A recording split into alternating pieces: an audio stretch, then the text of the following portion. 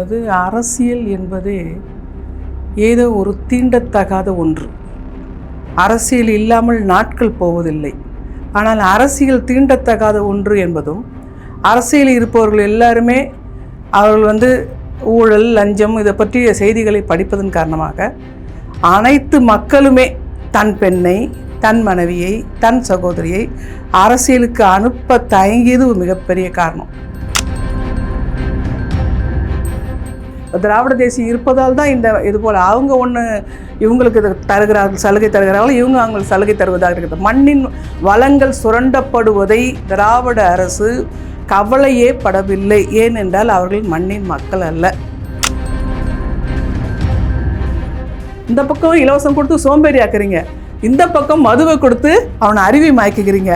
அதோடு மட்டுமல்லாமல் போதைப் பொருள் பழக்கத்தையும் திறந்து விட்டுட்டீங்க.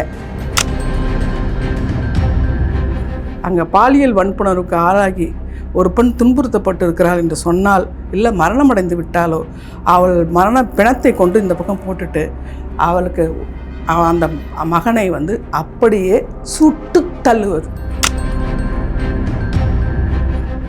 தந்தை போன்று சீமான் முயற்சிக்கிறாரு, மற்றவங்க வாங்கிட்டு பண்ணலாம். ஆந்திராவிலேருந்து பால் வாங்குறோன்றது நமக்கு எவ்வளோ பெரிய அவமானம் நினச்சி பாருங்கள். ஆடு மாடு தொழிலை அரசு தொழிலாக்குவோன்னு சீமான் சொல்லும்போது இந்த தமிழ்நாடே அவரை கேவலமாக பார்த்ததா இல்லையா? இன்று இருக்கிற நிலை என்ன? கேஸ் சிலிண்டர் தட்டுப்பாடுன்னும் போது எங்கே போனீங்க? போங்க, எங்கே போனீங்க? சோறை எடுத்துட்டு எங்கே சாப்பிட முடியுமா? விறகுக்கு போனீங்க இல்லையா? நாம் தமிழர் கட்சி சாதிக்கு எதிரானதா இல்லை சாதிக்கு ஆதரவாக செயல்படுதா? சாதின்றது இங்கே வரல, மனிதம் என்பதை பார்ப்பதால் தான். அதில் தான் நாம் தமிழர் கட்சி.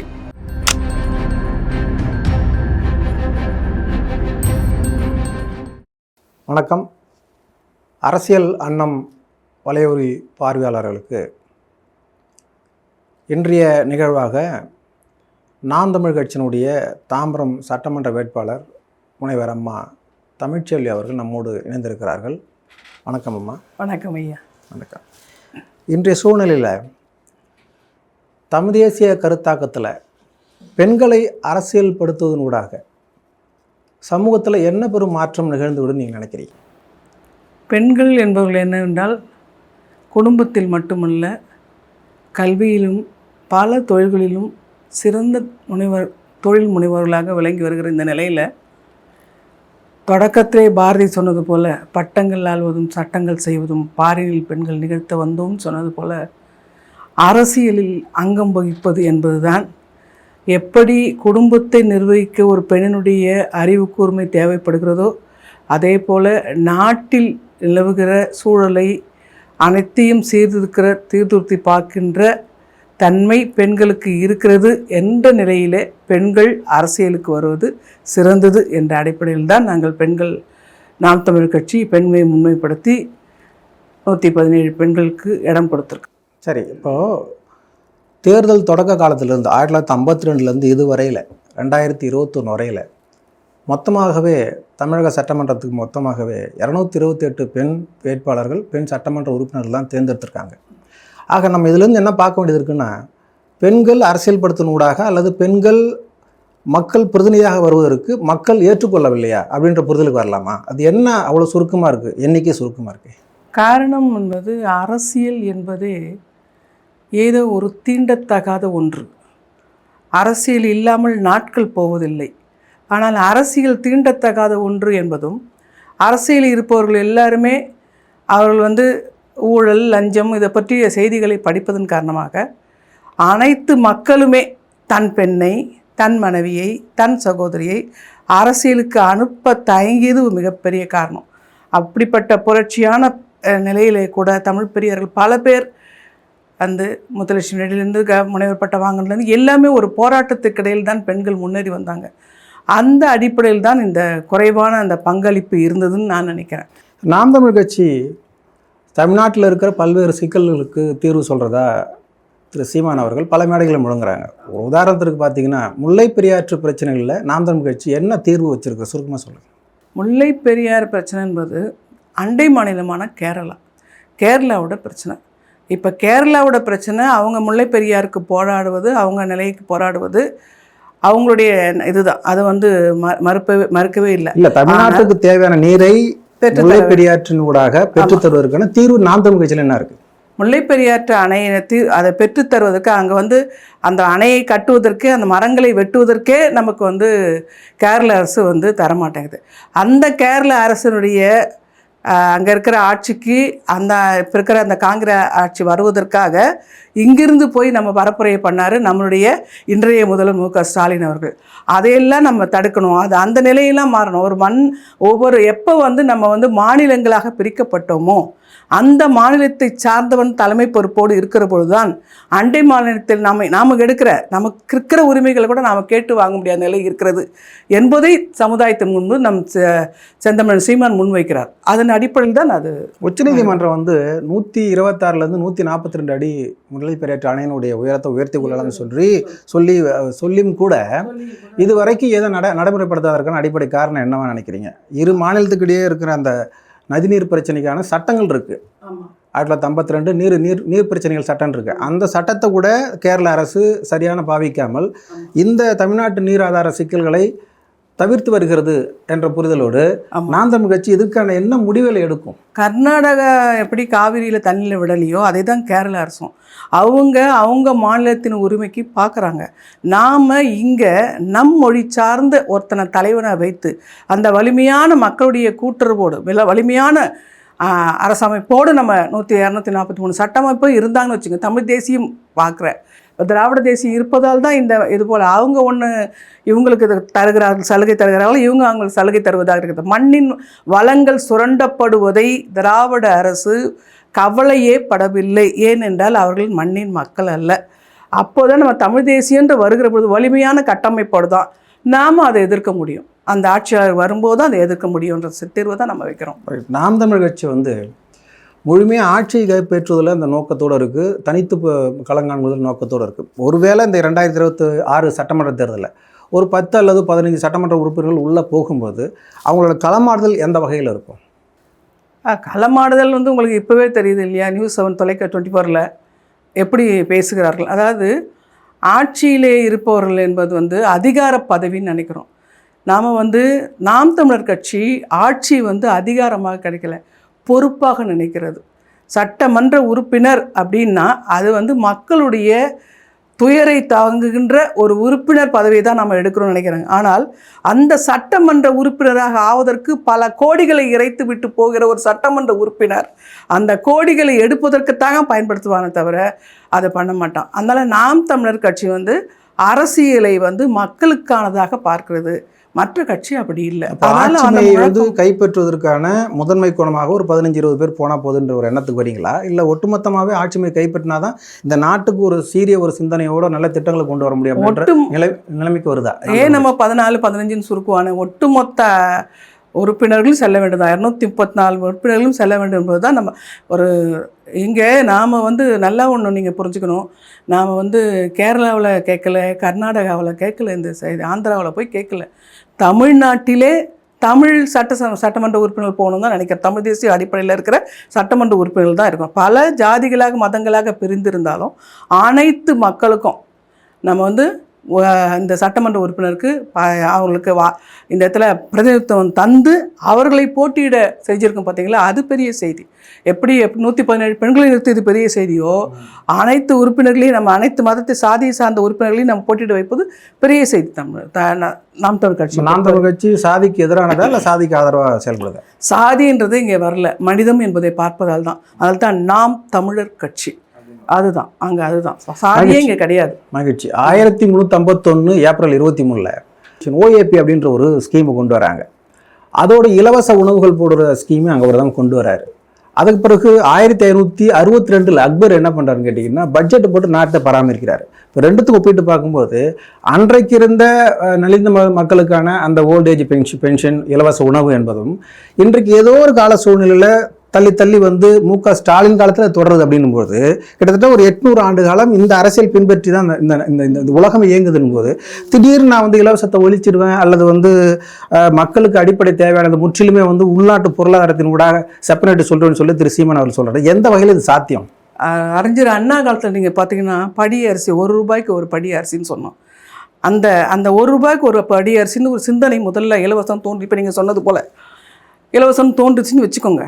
ஆனால் அந்த இலவசம் என்பது ஒரு அந்த நேரத்தில் பயன்படுத்துவதாகத்தான் இருக்கணும். அந்த இலவசத்தையே கொடுத்து வாக்கு பெறுவதாக மாறி போனது தான் இங்கே. அந்த ஒரு படிக்கு ஒரு அரிசி படின்றது ஏழ்மை நிலையை கருத்தில் கொண்டு வரப்பட்ட ஒரு முடிவுனே அதை வைத்துக்கொள்வோமே நீங்கள் சொல்வது போல். ஆனால் அடுத்த நிலை அதுக்கு என்ன வந்திருக்குன்னா இலவச அரிசி. அப்போ ₹1 கூட கொடுத்து தன்னுடைய உணவுக்கான தேவையை நிறைவேற்றிக் கொள்ள முடியாத ஒரு சமுதாயத்தை படைக்கிற தன்மை தான் நம்ம மாற்றணும்னு நினைக்கிறோம். அப்புறம் என்ன வந்தது பாருங்கள், அடுத்த நிலை என்ன வந்தது, முழுவதுமான இலவசம். ரேஷன் கடையில் முழுவதுமாக இலவசமாக பொருட்களை தரணும்னு. அடுத்த நிலை என்ன வந்து பாருங்கள், வீட்டுக்கு வந்து தருகிறோம். ஒருத்தன் தன்னுடைய உணவுக்கான செய்தியை அரசிடம் போய் நேராக நடந்து போய் தன் உரிமையை காட்டி வாங்கி கொள்வது கூட திராணியற்றவர்களாக இந்த மாற்றுகிறத இதுதான் இலவசத்தினுடைய படிப்படியான கீழ்நிலை. ஒரு இலவசம் என்பது மனிதனுடைய தன் முனைப்பை தன்னை நினைத்து சோம்பேறி ஆக்குகிறது. எப்படி இலவசம் சோம்பேறி ஆக்கிச்சோ அதை மாதிரி டாஸ்மார்க்கு அறிவை மயக்கி என் சகோதரர்கள் வீதியிலே அப்படியே மயங்கி கிடக்கிற நிலையை மாற்றுது. இந்த பக்கம் இலவசம் கொடுத்து சோம்பேறி ஆக்குறீங்க, இந்த பக்கம் மதுவை கொடுத்து அவனை அறிவை மயக்குகிறீங்க. அதோடு மட்டுமல்லாமல் போதைப் பொருள் பழக்கத்தையும் திறந்து விட்டுட்டீங்க. அப்போது தமிழ்நாட்டில் தீய குற்றங்கள் வராது நீங்கள் நினைச்சா கூட முடியாது. தினந்தோறும் செய்தித்தாளில் பாலியல் வன்முறையை நீங்கள் பார்த்து கொண்டு தான் இருக்க வேண்டும். உண்மை. அதாவது பெண்களின் 7 பருவமாக இருக்கிற பேதை, பெதும்பை, மங்கை, மடந்தை, அறிவை, தெரிவை, பேரிளம் என்கின்ற இந்த 7 பருவத்திலுமே தமிழ்நாட்டை பொறுத்தவரையும் பாலியல் வன்கொடுமை நடந்துட்டு இருக்கு. நாம் தமிழ் கட்சி ஆட்சியை ஏற்படுத்தும் போது இதை எப்படி தவிர்க்கும், இல்லை இந்த பிரச்சனையை தீர்க்கறதுக்கு என்ன சட்டத்திட்டங்கள் வகுக்கும்? ரொம்ப சிறப்பாக சீமான அனைத்து மேடைகளும் முயங்கி ஒரே கருத்து தான். அங்கே பாலியல் வன்புணர்வுக்கு ஆளாகி ஒரு பெண் துன்புறுத்தப்பட்டு இருக்கிறாள் என்று சொன்னால், இல்லை மரணம் அடைந்து விட்டாலோ, அவள் மரண பிணத்தை கொண்டு இந்த பக்கம் போட்டுட்டு அவளுக்கு அந்த மகனை வந்து அப்படியே சுட்டு தள்ளுவது. ஒரு மனுஷனுக்கு வந்து ஒரு பெண்ணை இப்படி, அதாவது மிருகத்தனம், அந்த மிருகத்தனத்துக்கு இந்த மிருகம் வாழ்வதை விட வாழாமல் இருக்கலாம். இது சட்டம் ஏற்றுக்கொள்ளணும்னு கருதுறீங்களா? சட்டம் என்பதை நாம உருவாக்குறது தான் தம்பி. சட்டம் நாமையே துபாயில ஒரு சட்டம் நடக்கும்போது அங்க மனிதர்கள் இல்லையா? சரி, சட்டம் அதனால அங்க ஏற்புடையதா இருக்கு. அதை சொல்றேன், அந்த சட்டத்தை உருவாக்குறதுக்கு நாம பிறந்திருக்கிறோம். எப்பொழுதுமே நீங்க நீதி அரசர்கள் சொல்றதை பார்க்கலாம். இது முன்னாடி நடந்திருக்கிற நீங்க வழக்கறிஞர் உங்களுக்கு தெரிஞ்சிருக்கும். பல நீதி தீர்ப்புகள் எப்பொழுது சொல்லப்பட்டிருக்குன்னா 60 வருஷத்துக்கு முன்னாடி ஒரு தீர்ப்பு வந்திருக்கும். அந்த அடிப்படையில் நான் வந்து 25 ஒரு கருணை கொலை செய்யணும்னு வச்சுக்கோங்களேன், 25 ஆண்டுகள் இருந்தால் கருணை கொலை செய்யலான்னு என்னைக்காவது ஒரு தீர்ப்பு கொடுத்துருப்பான். அந்த தீர்ப்பு நீதிபதி படித்து காட்டுதான் இந்த கருணை கொலைக்கு கொண்டு வர முடியுது. இப்போ நாம் எப்படி இருக்கோம்னா அந்த தீர்ப்பையே எழுதுவர்களாக இருக்கிறோம். இது வந்து அது எப்பொழுது எந்த ஒரு புதிய செய்தியும் முதலே மறுதளிக்கப்படும், பிறகு அந்த வாய்மையின் தன்மை உணரப்படும். எந்த ஒரு அந்த பாலியல் வன்புணர்வுக்கு ஆளாகி இறந்து போய்க்கிற அந்த தாய்கிட்ட என்ன தீர்ப்பு இருக்குதோ அந்த தீர்ப்பு தான் அரசு செய்யணும். இப்படி வச்சுட்டு போங்களேன், அந்த பாலியல் வன்புணர்வுக்கு ஆளான மரணம் அடைந்திருக்க தாயுடைய மனசு என்ன தீர்ப்பு சொல்லுதோ அந்த தீர்ப்பு நிறைவேற்றிருப்பாங்க.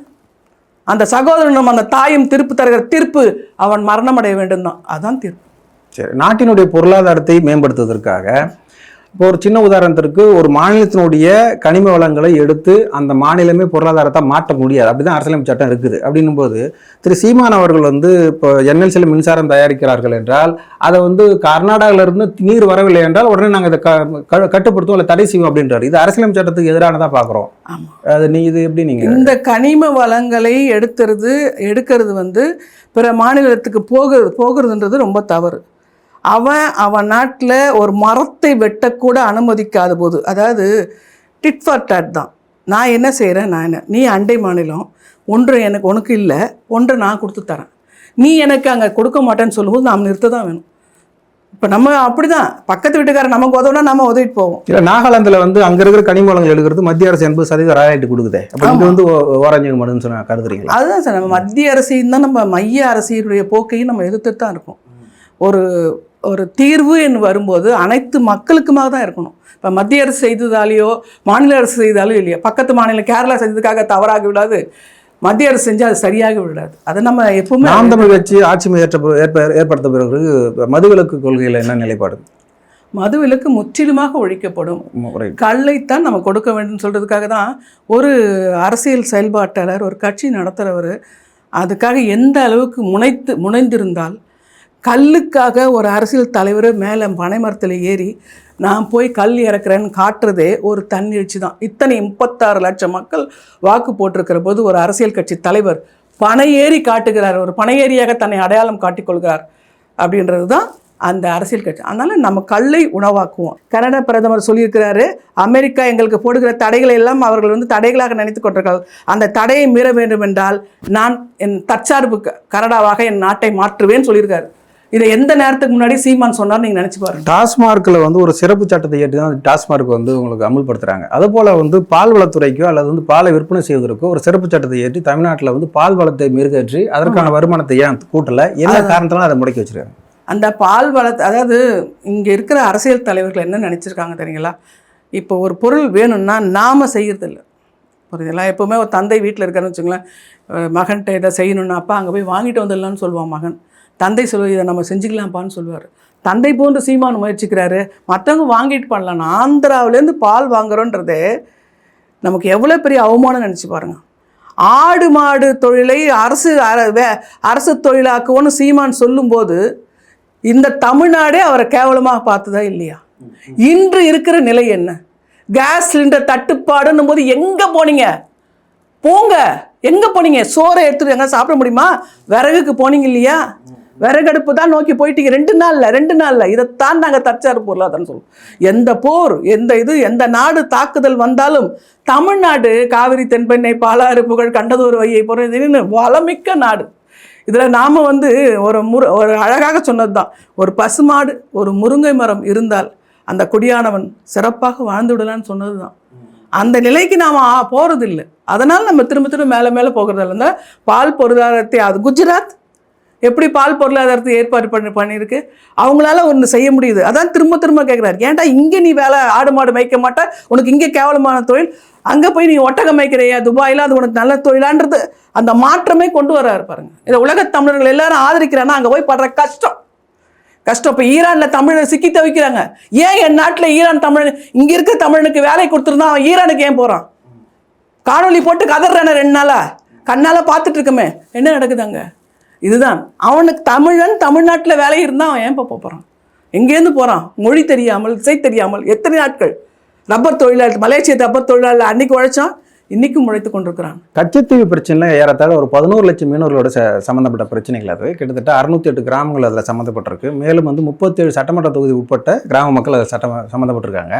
கச்சத்தீவு பிரச்சனை பற்றி திரு சீமானும் நாம் தமிழ் கட்சி பிள்ளைகளும் தொடர்ந்து பேசிட்டு இருக்காங்களே, கச்சத்தீவை மீட்பது அல்லது மீனவர்களுக்கான சிக்கலை எப்படி தீர்ப்பது என்பதற்கான ஏதாவது ஒரு சொல்யூஷன் இதுவரைக்கும் நான் கேள்விப்பட்டதா இல்லையா? அது வாய்ப்பு இருந்தால் சொல்லுங்கள். ஒரு தமிழ்நாட்டை தமிழன் நலம் பேசுகிற, தமிழன் உரிமை பேசுகிறவன் ஆளவில்லை.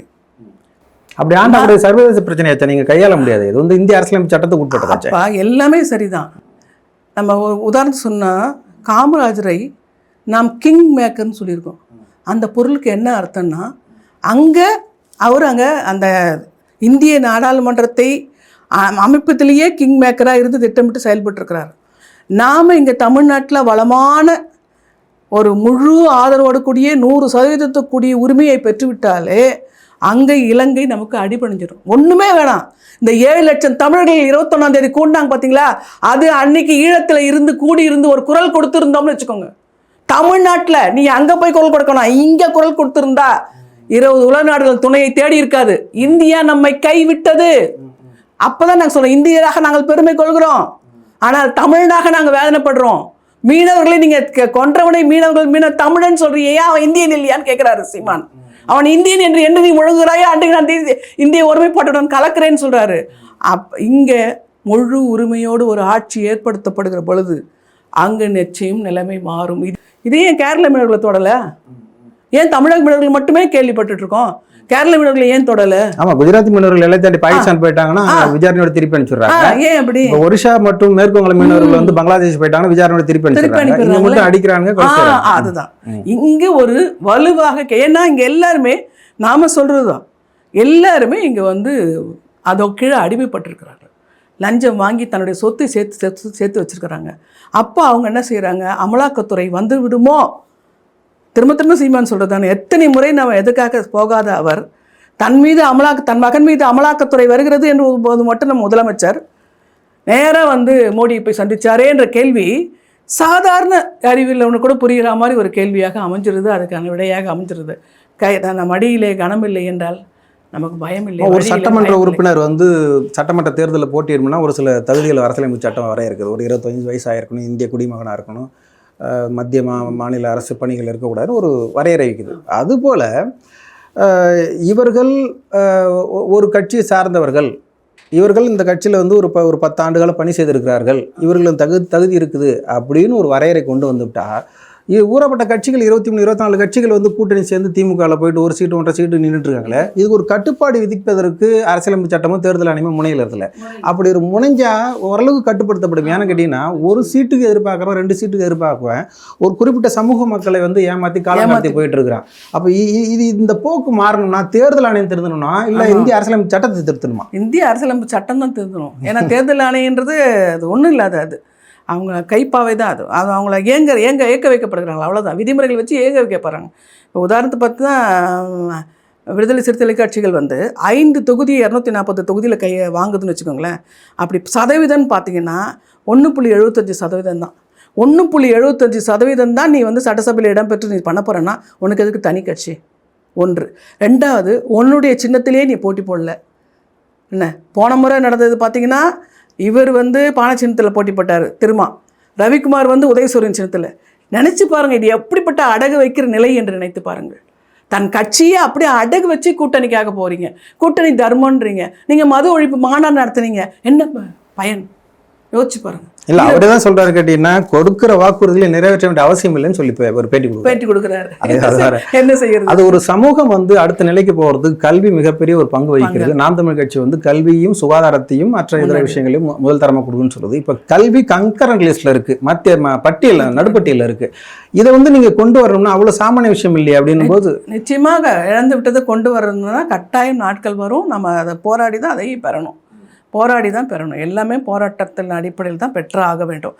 இன்னொன்று சீமான் முன்வைக்கிற ஒரு பெரிய ஒரு செய்தி என்னவென்றால், இந்திய பாராளுமன்றத்தில் முதல்வர், முதன்மை அமைச்சர், பிரதம மந்திரின்னு இருக்காங்க இல்லையா, அவங்க சுழற்சி முறையில் வரணும். இப்போது எந்த இடத்துலேருந்து தமிழ்நாட்டு மக்கள்லேருந்து 240 தனிப்பெரும் கட்சியாக இருக்கிற ஒரு கட்சியில் இருக்கிற ஒரு 110 பேர் போயிட்டாங்கன்னா அவங்களுக்கு தான் முதன்மை அமைச்சர். இல்லை, அது சாத்தியம் இல்லையான்னு கேட்டீங்கன்னா, போபாலுக்கு மேலே வடநாடு, அந்த வடநாட்டில் கிட்டத்தட்ட 543 பாராளுமன்ற உறுப்பினர்கள் 222 பேர் தான் மேலே. ஆமாம், அதுக்கு கீழே பார்த்தீங்கன்னா கம்மி தான், 92 பேர் தான் இருக்காங்க. அதே போல் வந்து 92 ராஜ்யசபா உறுப்பினர்கள் வந்து மேலே தான் இருக்காங்க, வடநாட்டில் தான் இருக்காங்க. அப்போ பெரும்பான்மையான பாராளுமன்ற உறுப்பினர் இருக்கும்போது மட்டும்தான் ஒரு பிரதமர் வர முடியும்.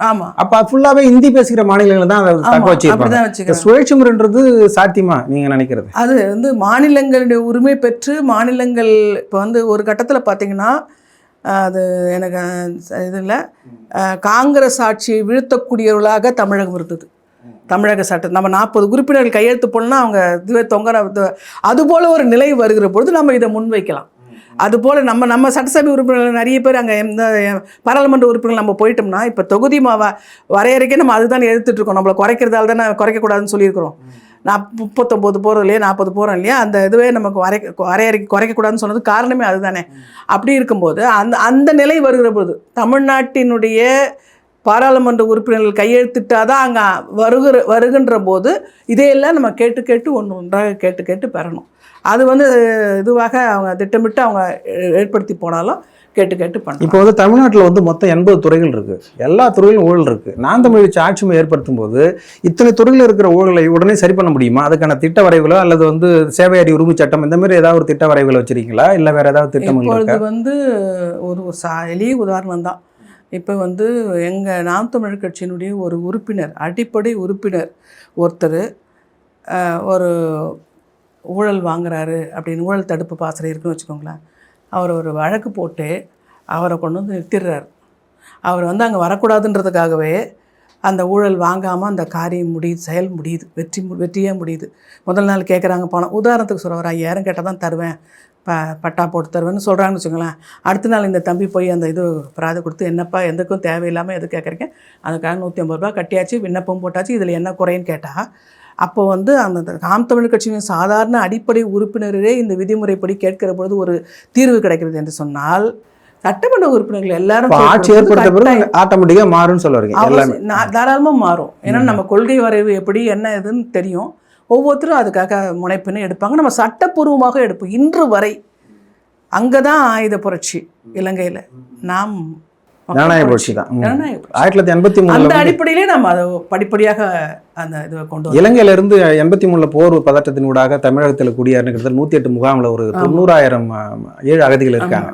2021 சட்டமன்ற தேர்தலில் ஐயா மு க ஸ்டாலின் அவர்கள் வந்து ஈழ அகதிகளுக்கு இந்திய குடியுரிமையை பெற்றுத்தரப்படும் சொல்லி ஒரு வாக்குறுதி சொல்றாரு. திருப்பியும் ஒரு வாக்குறுதி சொன்னாரு. நான் கூட சிஎம் பார்த்தேன் ஒரு முறை. இப்போ திருப்பியும் அந்த வாக்குறுதியை வந்து அதில் சேர்த்துருக்காங்க. இப்போ அது வந்து உள்துறை அமைச்சகத்துக்கிட்ட அனுமதி வாங்கணும். அவங்க மத்திய அரசு பார்த்து அதை வந்து அதுக்கான தீர்வு கொடுக்கணும். இப்போ நாம் தமிழ் கட்சி ஆட்சிமை ஏற்படுத்தும் போது அல்லது ஆட்சி வரைவில் ஈழ அகதிகளுக்கான இந்திய குடியுரிமை சட்ட வரைவுகள் ஏதாவது இருக்கா, இல்லை அதுக்கான முயற்சிகள் என்ன ஈடுபடுது? நான் தான் திரும்பவும் சொன்னேன், கச்சத்தீவு விவகாரத்துக்கு என்ன பதில் சொல்லணும் அதே பதில் தான். ஒரு தமிழர் ஆட்சி, தமிழ் தேசிய ஆட்சி மலர்கிற பொழுது அந்த இதெல்லாம் படிப்படியாக சாத்தியப்படும். ஏன்னா நம்ம பேசுகிறவங்க தமிழன், கேட்குறவன் தமிழ், அங்கே கேட்குறவன் திராவிடன். அவனால் போய் அது மாதிரி கேட்கவே முடியாது. நம்ம எப்படி கேட்குறோன்றது முறை இருக்குது, எந்த வழியில் போகிறோன்றது முறை இருக்குது. அதனால் இங்கே தமிழர் ஆட்சி வருகிற பொழுது இதெல்லாம் படிப்படியாக சாத்தியப்படும். ஏன்னா இலங்கை தமிழ் அகதிகளை வந்து தமிழ்நாட்டில் ஒரு தரமற்ற குடியேற்றமாக கருதக்கூடிய நிலையே நம்ம மாற்றிடுவோம். இந்த ஆட்சி இங்கே வரும்போதே அங்கே மாறிடும். இப்போ இந்திய அரசியலமைப்பு சட்டம் 19 உட்கூறு 1 என்ன சொல்லுது கேட்டீங்கன்னா, இந்தியாவில் இருக்கிற 28 மாநிலங்களில் எந்த மாநிலத்தில் யார் வேண்டுமானாலும் தமிழகத்தில் வந்து குடியேறி நிலங்களை வாங்கி கொண்டு எல்லாம் செஞ்சுக்கலாம். இதில் வடகிழக்கு மாநிலங்களில் அந்த மாதிரி பிரச்சனை இல்லை. ஏன்னு கேட்டிங்கன்னா அங்கே வந்து உள்ளே போகணும்னா லைன் ஆஃப் கண்ட்ரோல் இருக்குது. மிசோரம், நாகாலாந்து இந்த மாதிரி இடங்களில் லைன் ஆஃப் கண்ட்ரோல் இருக்குது. சொத்துக்கள் வாங்க முடியாது. அப்போ எங்கிருந்து வேணாலும் தமிழ் நிலப்பரப்பில் நிலம் வாங்கி கொள்ளலான்ற சூழல் இருக்குன்னு போது இங்கே இருக்கிற தமிழர்களோட நிலப்பரப்பு வடவேங்கடம், தென்குமரி ஆயிட தமிழுக்கு ஒரு நல்லுலகுன்ற சுருங்கி போன அந்த நிலத்துல மேலும் அங்கிருந்து வருகிறவர்கள் இந்த மாதிரி ஆக்கிரமிப்பு அதிகமாக்கி கொண்டு அந்நிய மக்களுக்கான இடமா இது மாறி போயிருக்கு. இன்னும் மாறி தான் இருக்குது. இந்த சூழ்நிலையை நாம் தமிழ் கட்சி எப்படி கையாளும் எதிர்காலத்தில் சொல்றேன்? எல்லாம் அரசு ஆணை தானேப்பா. ஒரு அரசு ஆணை போட்டு தானே எல்லாமே பண்ணிட்டு இருக்கோம். நம்ம அரசியலமைப்பு சட்டத்தை திருத்துறதுக்கு பாராளுமன்ற உறுப்பினரோட மெஜாரிட்டி தேவை. நான் முதல்ல இந்த தமிழ்நாட்டில் நீங்க பாராளுமன்ற சட்டத்துக்கு நீங்க போகவே வேண்டிய அவசியம் இல்லை. இங்க தமிழ்நாட்டில் குடியேற்றங்களை ஒரு சொத்து வாங்குவதற்கு என்ன தகுதி, என்னென்ன விதிமுறைகள் இருக்குது, அதை நம்ம பார்த்து அதை திருத்துக்கிற முயற்சியில் படிப்படியாக நம்ம இறங்கலாம். மொத்தம் அதிகாரங்கள் 250 அம்மா 210 மன்னிக்கணும் 210 அதிகாரங்கள். அதில் வந்து 97 அதிகாரங்கள் மத்திய அதிகாரம், சட்ட அதிகாரங்கள் சொல்றீங்க. ஆமா 66 வந்து மாநில அதிகாரம், ஒரு 47 வந்து கன்கரண்ட்ல இருக்குது. இந்த 66 அதிகாரத்துல மட்டும்தான் தமிழ் மாநிலம் இயங்கும், தன்னிச்சையா இயங்கும். அதுலதான் கல்வி வந்து கன்கரண்ட்ல இருக்குது. இதை நீங்க இதுக்குள்ளதான் இயங்கிற மொழியே மேல 97 அதிகாரங்கள்ல கையில் தொட முடியாது. தொட்டிங்கன்னா அது வந்து இந்திய இறையாண்மை பாதிக்கக்கூடிய ஒரு சிக்கல் வரும். அப்போ இந்த இடங்கள்ல சிக்கல் வருமே, இது எப்படி கையாள போறீங்க? மேலும் இறையாண்மையில் இந்தியா கிட்டே நம்ம அதை கேட்டு பெறக்கூடிய வல்லமையை நம்ம பெற முடியுமே. இந்தியா கேட்டு பெற முடியும். இப்போ கேரள அரசு கர்நாடகா தண்ணி கொடுக்க மாட்டேங்குதுன்னு இது இந்திய அரசு எதுவும் வாய் மூடி கிடக்குது. எதுக்காக? என்ன செஞ்சுருக்கணும் இந்திய அரசு? உடனே கேள்வி கேட்டிருக்குமா இல்லையா? அதே போல் முழு ஆட்சி அதிகாரம் இருக்கும்போது நாம நடக்க தான் செய்யணும். நம்ம உரிமைக்காக நாம் நடக்க தான் செய்யணும். அவனுக்கு நம்ம தொல்லை கொடுத்தா அவனே போகிறான், வேறு வழி இல்லை. பிறகு என்ன செய்ய முடியும்? அரசியலமைப்பு சட்டம் அதெல்லாம் இருக்குது. அதுக்கப்புறம் நாம் இங்கே பெருத்த மக்களாக வந்த பிறகு நம்முடைய இது இங்கே வந்ததுக்கு பிறகு கொஞ்சம் கொஞ்சமாக அந்த இதெல்லாம் தெரியும். கடைசியாக ஒரு கேள்வி, நவோதயா பள்ளி சம்பந்தமான விஷயங்களில் வந்து என்ன சொல்கிறாங்க கேட்டிங்கன்னா, இந்தி பேசாத மாநிலங்களில் 6, 7, 8 இந்த வகுப்புகளில் வந்து பிராந்திய மொழி அல்லது ஆங்கிலத்தில் வந்து நீங்கள் மொழிகளை வந்து கற்பிச்சுக்கலாம். 9லேருந்து 12 வரைக்கும் ஆங்கில மொழி கற்றுக்கலான்னும் போது அந்த நவோதயா பள்ளிகளுக்கு மாவட்டத்தில் ஒரு இடம் கொடுக்கறதுல இந்த அரசுக்கு என்ன சிக்கல்? இந்தி மொழி உள்ளே வரக்கூடாதுன்றதுனால தான் சிக்கலா, இல்லை தமிழ் அல்லாத இந்த தமிழ் ஏழை பழையமான மக்கள் மத்திய அரசு பாடத்திட்டத்தில் படிக்கக்கூடாது என்ற சிக்கல் இருக்கா? நாம் தமிழ் வச்சு இது என்ன பார்வையில் பார்ப்போம்? மத்திய அரசு கொண்டு வருகிற அந்த நவோதயா பள்ளின்றது இந்திய பேரே பாருங்கள், நவோதயா பள்ளி. நான் என்ன கேட்குறேன்னா, நம் மாநிலத்தில் நம்ம தமிழ்நாடு அரசாங்கம் கட்டுக்குள் வந்த அந்த பள்ளிகள் இயங்கினாலே போதும். நீங்கள் வந்து அதை நான் என்ன கேட்குறேன்னா, ஒரு இந்திய அரசு ஒரு மேலாண்மையை பார்த்துக்கோங்க. நீங்கள் மாநிலத்துக்குள்ளே வராதிங்க. இப்பொழுதே எனக்கு வந்து ஒரு கேள்வியாக இருக்கவங்க கேள்வி கூட வைக்கிறேன். பாரதிய ஜனதா என்பது ஒரு மைய அரசனுடைய ஒரு கட்சி இல்லையா? இந்திய அரசில் காங்கிரஸையும் அதையும் ரெண்டுத்தையும் அப்படி பார்க்குறோம். நீங்கள் எதுக்கு இங்கே மாநில அரசுக்கு வரீங்க? ஒவ்வொரு மாநில அரசையும் முடக்குறீங்க. ஒரு மாநில அரசு இன்னொருத்துக்கு கூட்டு போட்டு அந்த கூட்டில் போய் நீங்கள் வந்துட்டு நீங்களே இங்கே வந்து சேர்ந்து போது அப்போ முழுக்க இந்தியாவுடைய அனைத்து மாநிலங்களுமே நீங்கள் பாரதிய ஜனதா ஆள்ற மாதிரி கொண்டு வர நிலைக்கு நீங்கள் கொண்டு வரீங்கல்ல. அப்போ எதுக்கு உங்கள் சட்டத்திட்டங்களை மறுக்கிறார்கள் மாநில அரசுன்றதுக்காக தான். அதைத்தான் நான் சொல்லுவேன். அப்போ தான் வந்து நமக்குள்ளே தான் தம்பி இருக்கிறோம். நம்ம வந்து அவங்க எல்லைக்கு போகல. நம்ம எல்லைக்கு வருகிற பொழுது நாம் என்ன பண்ணுறோமோ நமக்குரிய உரிமையில் அதில் மனித மாண்பு கடைபிடிக்க வேண்டியது, இறையாண்மை கடைபிடிக்க வேண்டியது இருவேறு கருத்து இல்லை. அரசு சாஸ்திரம் என்ன சொல்லுதுன்னா, அர்த்தம் என்றால் பொருள், சாஸ்திரம் என்றால் ஈட்டுகிற வழி. அரசு சாஸ்திரம் அதான் அதனுடைய சுருக்கம். உலக சமத்துவம் அறிக்கை 2022 பிரெஞ்சு பொருளியல் அறிஞர் 2-3 பேர் என்ன சொல்கிறாங்க, Lucas Chancel, Thomas Piketty and Emmanuel சயின்ஸ் 3 பேரும் டிராயிங் பண்ணுறாங்க. இந்தியாவில் 80% சொத்துக்கள் 10% பணக்காரன்ட்டு தான் இருக்குது. அப்போது அரசியலுடைய கட்டமைப்பை எல்லாரும் உடையார மற்ற சமூகமாக உருவாக்குதான் அரசியலோட கட்டமைப்பு. இந்த சிக்கலை கிட்டத்தட்ட 100 ஆண்டுகள் அந்த சிக்கல் இருக்குது. உயர்ந்தவனாக இருக்கிறான், பொருளாதாரத்தில் வீங்கனாவே இருக்கிறான். இப்போ 80% சொத்துக்கள் இந்தியா முழுசும் சொல்கிறேன், இந்தியா முழுசும் 80% சொத்துக்கள் 10% பணக்காரன்ட்டு தான் கிடக்குது. அப்படின்னும் போது ஒட்டுமொத்த இந்தியாவின் ஏழை எளிய மக்களுடைய 50% சொத்துக்களுடைய மதிப்பு வெறும் 5% தான் சொல்லி அவன் டிராயிங் பண்ணி சொல்கிறான். நான் வந்து எதாச்சும் சொல்லலை. ஸோ இப்படி ஒரு பொருளியல் அறிஞர்கள் இந்த மாதிரி ஒரு டிராயிங்கை சொல்லும்போது இந்த சிக்கல் இந்தியா முழுவதும் தீர்க்க வேணாம். தமிழ்நாட்டில் இந்த சிக்கலை நாம் தமிழ் கட்சி இந்த பொருளியல் சிந்தனைகளில் எப்படி கொண்டு போய் தூக்கி, ஏன்னா ஆட்சி வரைவு வேறு, அடிப்படையில் ஏழை எளிய மக்களுடைய வாழ்வாதாரத்தை ஊக்குவிப்பது, அதே நேரங்களில் வந்து இலவசத்தை பெறுவதற்கான வாய்ப்புகள் இல்லாமல் அவங்க வந்து வாழ்க்கை தரத்தை உயர்த்துவது அப்படின்ற ஒரு சூழல் இப்போ சீமான் அவர்கள் பேசிட்டு இருக்காங்க. சிக்கல் அடிமட்டத்தில் இப்படி இருக்கும்போது இதை நீங்கள் சரி பண்ணுறதுக்கு குறைஞ்சபட்சம் ஒரு 25 ஆண்டுகள் ஆகுமே. கார்ப்பரேட்டு நிறுவனங்கள், ஆமாம் நிச்சயமாக கார்ப்பரேட் நிறுவனங்களுக்கு நம்ம அனைத்து சலுகைகளையும் கொடுத்து கார் தொழிற்சாலை ஏற்படுத்துறதுலேருந்து நான் தம்பி சீமான் பேசுறது நீங்கள் பார்க்குறோம். சிறு முதலீட்டாளர்கள், சிறு கடையை வச்சவர்களுக்கு வரி விலக்கு தந்து நீங்கள் வந்து அவங்கள ஊக்குவிச்சிங்கனாலே நிறைய கடைகள் வந்துடும். நம்ம தமிழ்நாட்டு முதலாளிகள், சின்ன சின்ன முதலாளிகள் பெருக்கி விடுவாங்க. அந்த சின்ன சின்ன முதலாளிகள் பெருக்கி விட்டாலே அவங்களுடைய அந்த பணங்கள் அவர்களுக்கு வந்துடும். அதுபோல் ஒரு திட்டமிடல் நம்மகிட்ட இல்லை, வேறு ஒன்றுமே இல்லை. சிறு முதலாளிகள் நடவு செய்த தோழர் கூலி நாளனாவை ஏற்பதும் உடல் உழைப்பு இல்லாத செல்வர் உலகை ஆண்டு உலாவலும் கடவுளான என்றுரைத்த கயவர் கூட்டம் இதிலே கடவுள் என்ற கற்றறுத்து தொழிலாரை ஏவுவோம் சொல்லிட்டு அன்றே வர்க்க பேதத்தை பாடிட்டார் பாவேந்தர் பாரதிதாசன். புரியுதுங்களா? அது வந்து இன்று நேற்றல்ல, அந்த வர்க்க பேதம் வந்துக்கிட்டே இருக்குது. இன்று நாம் என்ன பண்ணுறோன்னா தற்சார்பு பொருளாதாரத்தை இருக்கும்போது நிலமும் வளமும் சேர்ந்த தொழிற்சாலையில் கொண்டு வரோன்னு சொல்லுகிறோம். எங்கேயோ யாரோ ஒருத்தன் காணொலியில் போடும்போது அங்கே உங்களுக்கு வியப்பாக இருக்கிறது. அங்கே ஒரு அமெரிக்கக்காரன் பக்கத்துலேயே தொழில் பண்ணையை வச்சுக்கிறான், மாட்டு பண்ணை வச்சுக்கிறான், அங்கேருந்து மிஷின் மூலமாக பால் கறக்கிறான், அது அங்கேருந்து வண்டியில் போகுது, வண்டியிலேருந்து ஏற்றுமதி நிறுவனத்துக்கு போகுது, அங்கே பணம் ஈட்டுறான் போது உங்களுக்கு அது வியப்பாக இருக்குது. கைத்தட்டி ரசிக்கிற தமிழர் கூட்டம், இந்திய கூட்டம். தமிழ்நாட்டில் அது வருகிற பொழுது மட்டும் அது நடக்குமா என்ற கேள்வியை போடுறது தான். அதுபோல் சிறு முதலாளிகள் நம்ம ஊக்குவிக்கப்படுவார்கள். நெசவு தொழில் நலிந்துள்ளது, ஆவின் பொருள்கள்னாலே நம்ம அருமையாக போய் நம்ம பிள்ளைங்க நம்ம மக்கள் வாங்குவாங்க. நம்ம அரசு பிஎஸ்என்எல் நீங்கள் நினச்சி பாருங்கள், தபால் தந்தியாக இருக்கும்போது என்ன இதுவாக இருந்தது, நீங்கள் பிஎஸ்என்எல்லை மாற்றிருக்கீங்க. தபால் தந்தித்துறை எத்தனை பேருக்கு வாழ்வழிச்சுது. ஒரு சாதாரண ஒரு கிராமத்தில் இருக்கிற ஒருத்தான் தபால் ஊழியராக வந்துடுவான். அவன் ஒரு 8,000-9,000 சம்பளம் வாங்கிட்டு அவன் அந்த குடும்பத்தை நடத்திட்டு அவன் அழகாக பெண்ணை கல்யாணம் பண்ணிவிடுவான், படிக்க வச்சுருவான், எல்லாம் செஞ்சுருவான். அந்த தபால் தந்தித்துறையை பிஎஸ்என்எல்லை மாற்றந்து இப்படி தான் அந்நிய வருவாங்க. எப்படி அந்நிய படையெடுப்பு நம்மிடம் வருகிறதோ அதே போல் முதலாளித்துவர்கள் வருவார்கள் நம்மகிட்ட. நாம் அதை சீர்தூக்கி பார்க்கணும். இங்கே எப்படி இருக்குன்னா, நீ வரியா எனக்கு கமிஷன் தரியா உட்காந்துக்கோ, நீ வரியா கமிஷன் தரியா நான் உட்காந்துருக்கேன்னு எல்லாரும் இருப்பது மெய் என்று எண்ணி இருக்கின்றார்கள். அவ்வளோதான் நான் சொல்ல முடியும். எல்லோரும் இருப்பது மெய். ஆனால் மற்றவங்களாம் சமுதாயத்தை செய்கிறவங்க என்றும் நம்முடைய இறப்பு உண்டு. நாம் பேசுகிற பேச்சு ஒரு அழகாக சொல்லுவாங்க, உங்களுக்கு பச்சை மையிலே கையெழுத்து போடுகிற உரிமை வந்து விட்டால் அந்த பச்சை மெய் எவனையும் தாழ்த்தாமல் இருக்க வேண்டும். இந்த அடிப்படையை கொடுத்து தான் ஒவ்வொருத்தரும் பணிக்கு வந்தோம். ஒரு சாதாரண பட்டமளிப்பு விழாவில் என் மாணவர்களை உறுதிமொழி ஏற்க செய்கிறீங்க. நீங்கள் எங்கே ஜாதியை பரப்பிக்கிட்டு ஜாதியை தூண்டிவிட்டு ஜாதியை பண்ணிட்டுருங்க. இதுதான் முரண்பாடு. இதை கலைஞ்சிட்டா போதும். மகிழ்ச்சி. அருமையான கருத்துக்களை முன்மொழிஞ்சிங்க. நன்றி, வணக்கம். நன்றிங்க. புதிய வினாக்கள் அரசியல் தமிழ் தட்ட சொல்வாங்க. அதனால் புதிய கோணத்தோடு என்னுடைய நேர்காணலும் இருக்கும்னு நினைக்கிறேன். நன்றி, வணக்கம்.